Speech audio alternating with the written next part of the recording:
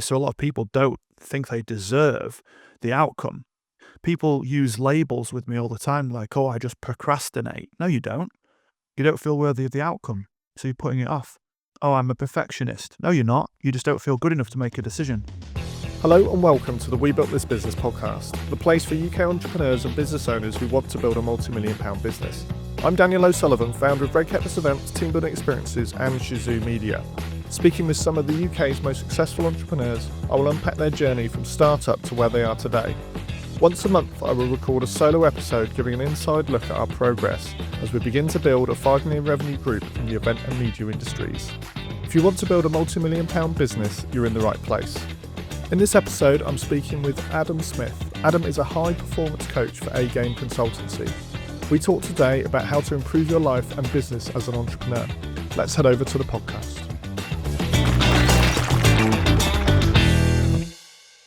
Today, I'm pleased to have Adam Smith on the We Built This Business podcast, talking about how to improve your life and business as an entrepreneur.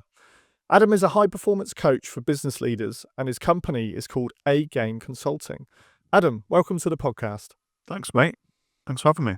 So, Adam, looking forward to talking today about how entrepreneurs can really improve their life and their business. It's a really important topic and one that is often overlooked, I think, with all the coaching that is out there for business owners.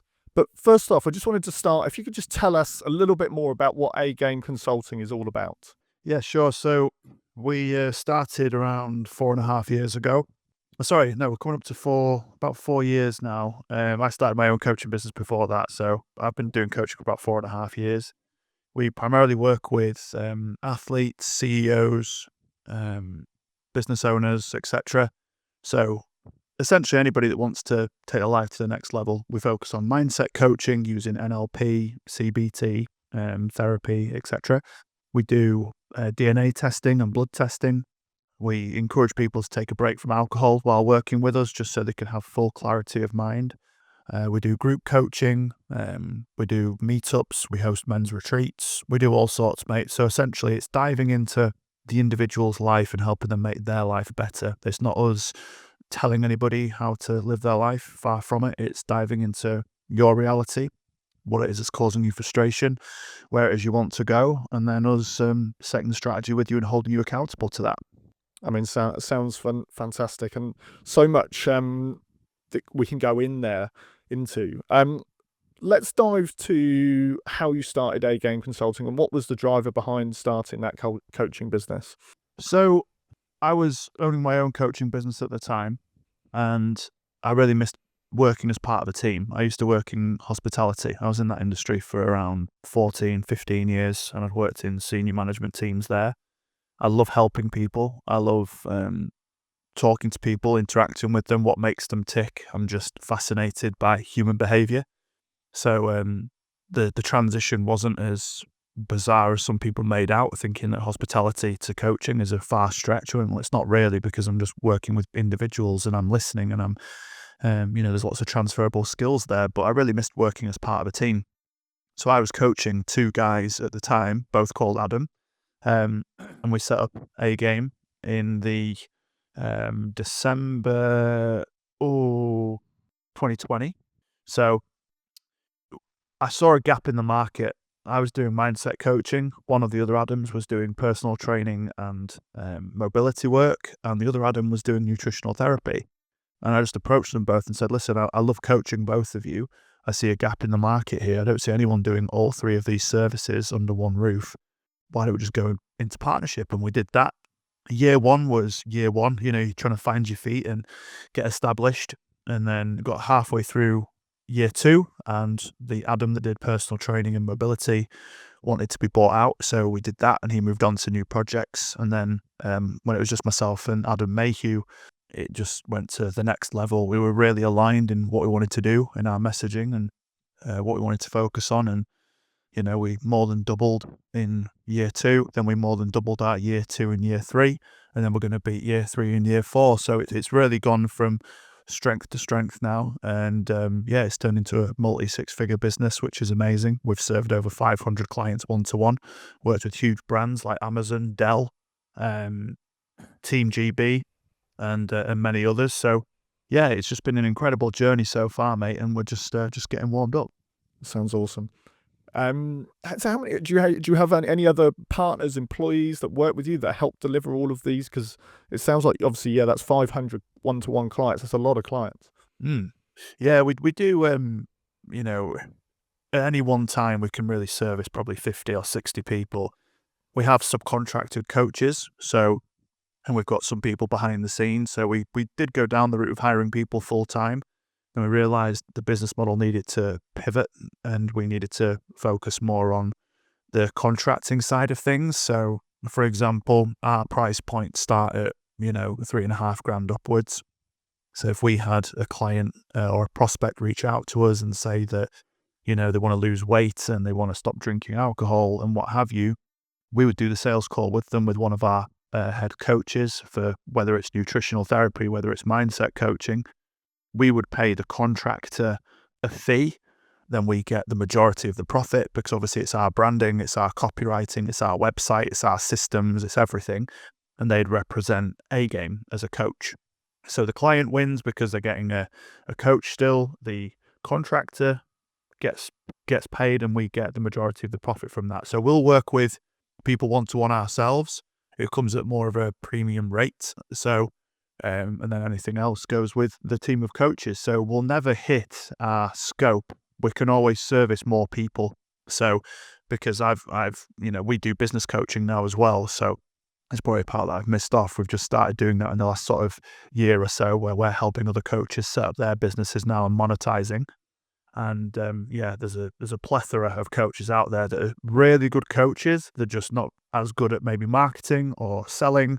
So we know that even if I had 50 people reach out to me, I could make sure they were helped in some capacity, whether that's with me or whether that's with one of the contracted clients as well. Sounds great. And obviously that scalability is key to any business because often with coaching, the problem is, like you say, you can do one-to-one and that just absolutely saps all your time. But so you have to do one-to-many or you have to bring other people in to actually scale it.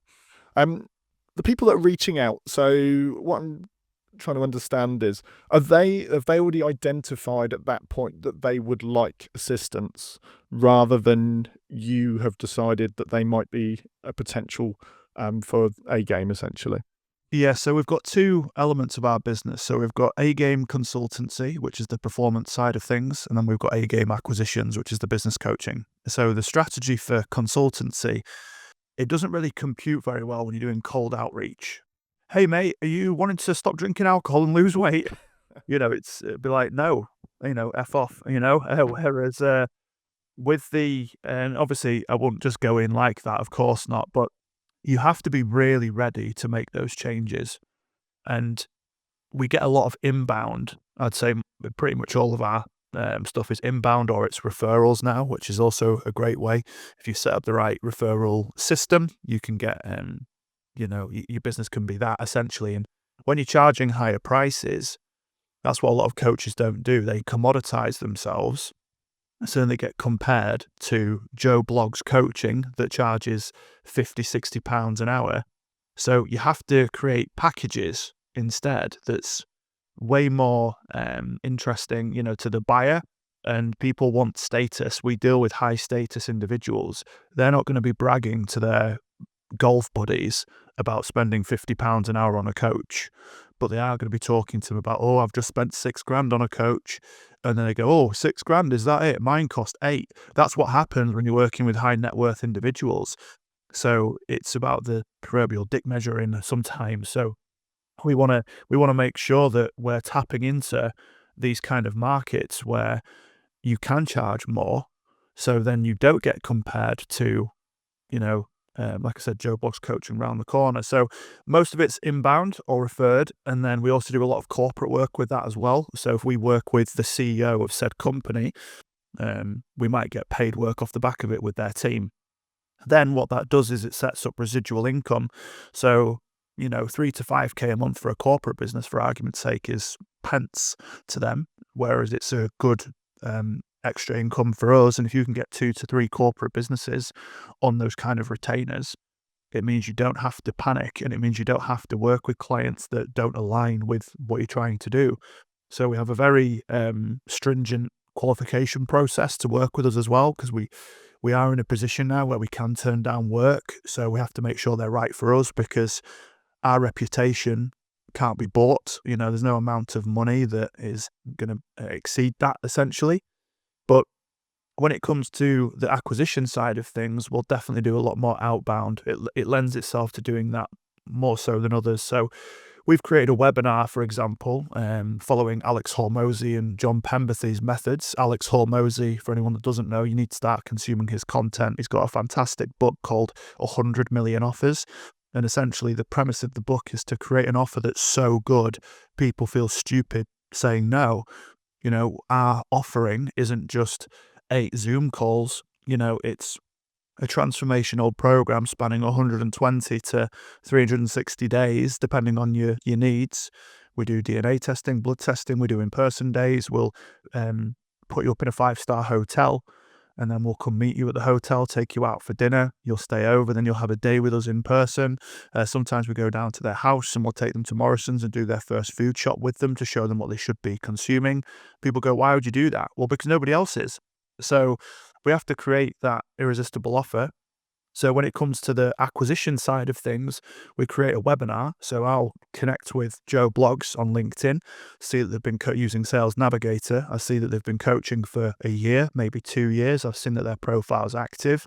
But like I said, a lot of people get qualified because they're in a job they hate, so they leave, and then they now want to become a coach, but they don't know how to market. They don't know how to sell themselves. They don't know how to build an offer. They don't know how to retain clients once they have finished. They don't know what their USP is. They don't know what their niche is. So they're just kind of posting content willy-nilly without any specific target. So we'll message them, build genuine rapport, not fake rapport. It's not like a template that we follow. It's striking up actual conversations to see if we can help solve the problem. Then, if they're not ready, we just send them a free link to a webinar that we've pre-recorded that's going to help them to build more trust, and they might come back later. Or we can use the webinar as a lead magnet and get them to reach out that way. So yeah, outbound is necessary. I'd say 99.9% of people don't want to do it because they look at it as arduous or unnecessary or hard work. And people want to avoid hard work nowadays for some reason because it gets labeled as toxic, which is nonsense. And it's essentially outworking your competition and then having a product that is good enough to deliver once they do come into that proverbial sales funnel. Yeah. Well, it's very interesting. I think, it's quite a common trait at the moment. Why do you think hard work is almost, like you said, being seen as toxic? That's a good question. I think it's not a case of a generational thing and Gen Z are weak. I don't buy into that at all. I know lots of people in Gen Z that are extremely successful and are working their asses off.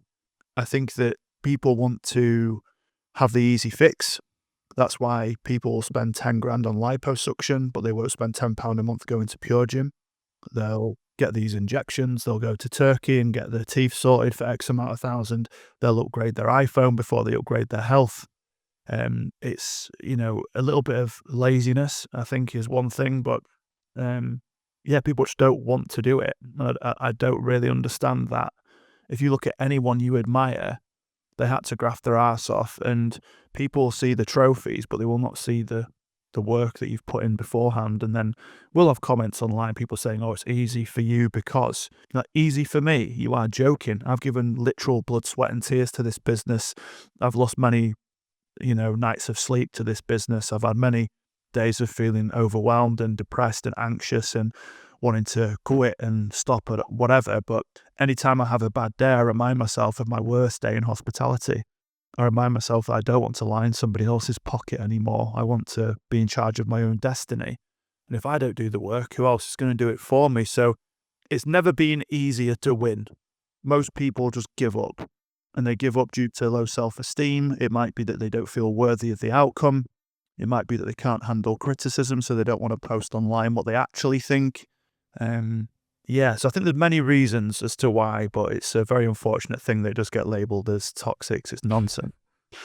I 100% agree with everything you said. Yeah, I mean, I think there's almost that, it takes 10 years to be an overnight success.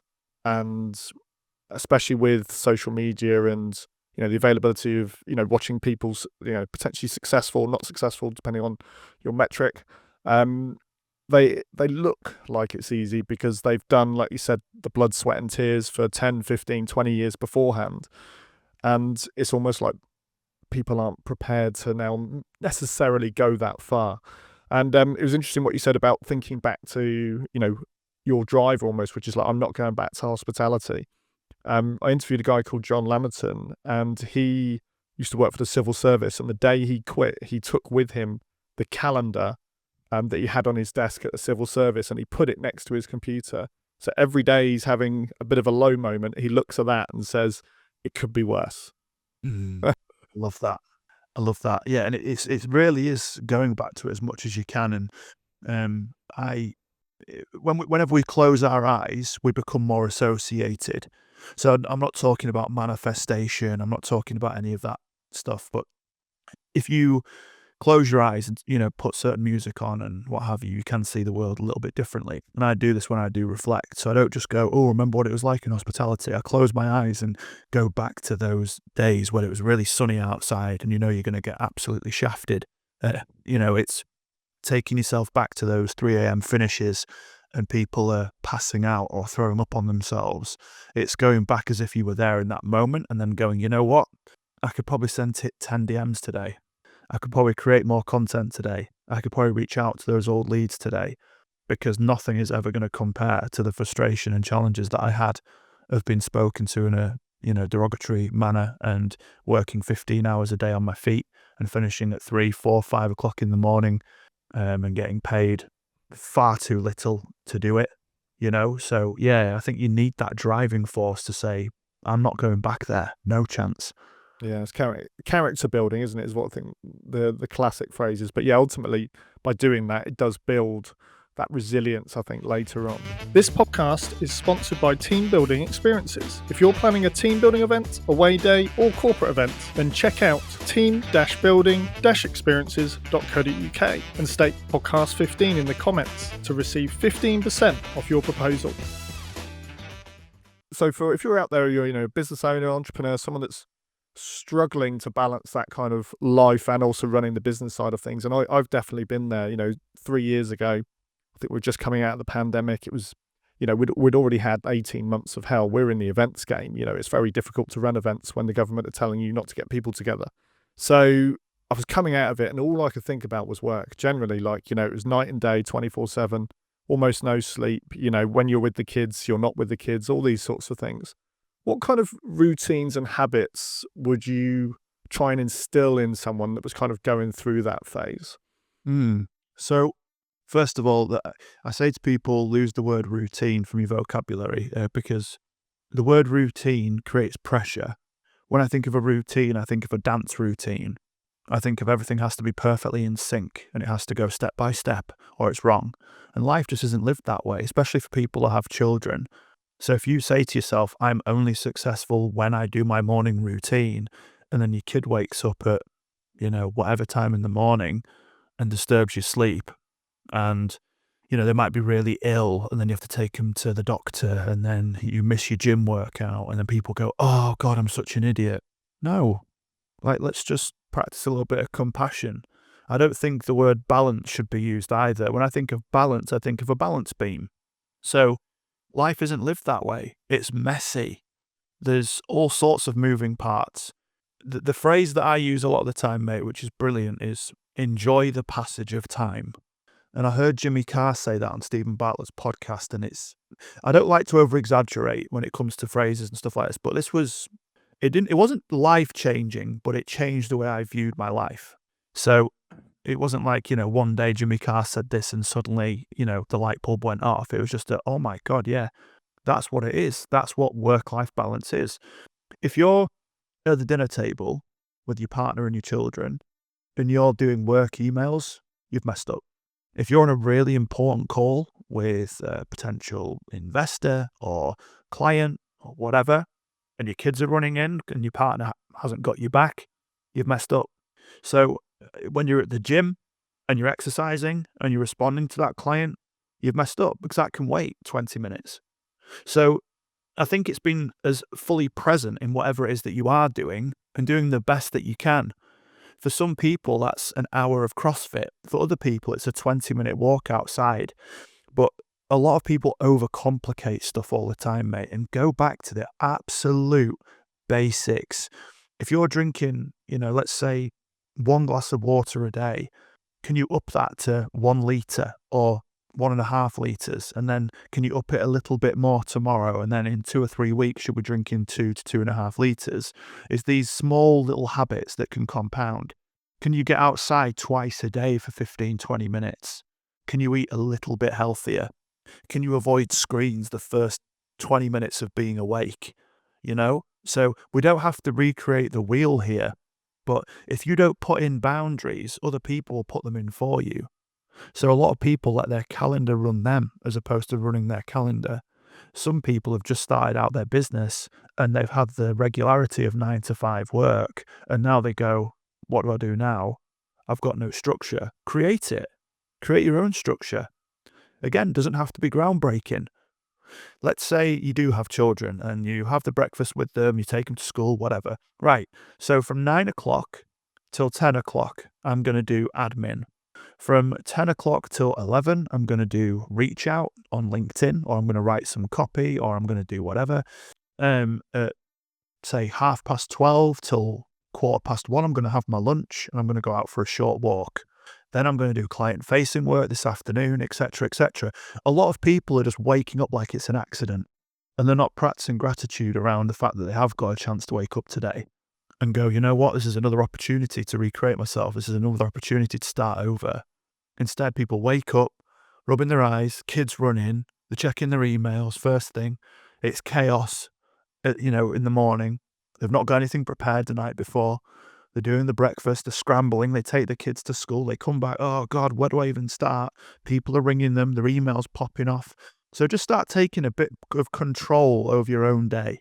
Set it up for whatever your reality is. So I don't like to give cookie cutter advice and just say, right, from 6 till 8 needs to be gym time. Everyone's life is different. So what works for me won't work for everybody else. But what is transferable to anybody is dive into your reality, set some goals on what it is you actually want to achieve today. Don't make them too big to use as a shitty stick to hit yourself with if you don't achieve them. And then get a bit of structure, build the habit over time, and rinse and repeat. And people overlook this because they think that they need to come up with this complex solution. You don't. Because by the very definition, if it's easy to do, it's easy not to do. It's really easy to drink water, but it's also easy not to drink water. So people overlook it and go, it can't be that. It can. The benefits of drinking 2.5 litres of water, for example, are endless. Your energy levels, your skin quality, you'll be more productive now you've got more energy. Bowel movements are smoother. You won't be as, hungry all the time. Except I could go on and on and on. It helps you with your sleep, which will help you with your recovery, eating a little bit healthier and getting outside. These 3 things paired together, just use that as the foundation and build from there. So yeah, I think that people come up with these convoluted things, and they see the hustle bros online and the boss babes, and they go, I have to do a 5 a.m. plunge in my bin full of ice, and then I have to chant affirmations, and then I have to drink a kale smoothie because Stephen Bartlett told me to, and then they go, I'm not good enough, because they're comparing their reality to somebody else's highlight reel. Yeah. And I think that's, like you said, that end phrase there is the biggest kind of catch-22, as in, what you feel that someone else is achieving is very often not the case. And that has a massive impact on self-esteem that, well, I should be able to do all this and I should be able to achieve all this. We have a phrase that is quite well known, which is called KISS, which is keep it simple, stupid. And it's because I'm very good at overcomplicating things. If I'm going into a new area, I want to do every part of it first before actually sitting back and actually setting up the infrastructure, which is basically what you talked about, isn't it? Like building the infrastructure out from the beginning. And I think it was great advice that you gave for, someone who's looking to start a business there, that is, they wake up one morning and then they just go, right, what do I do now? And they're in charge of their own destiny. They need to be the ones that actually control what they're doing hour to hour.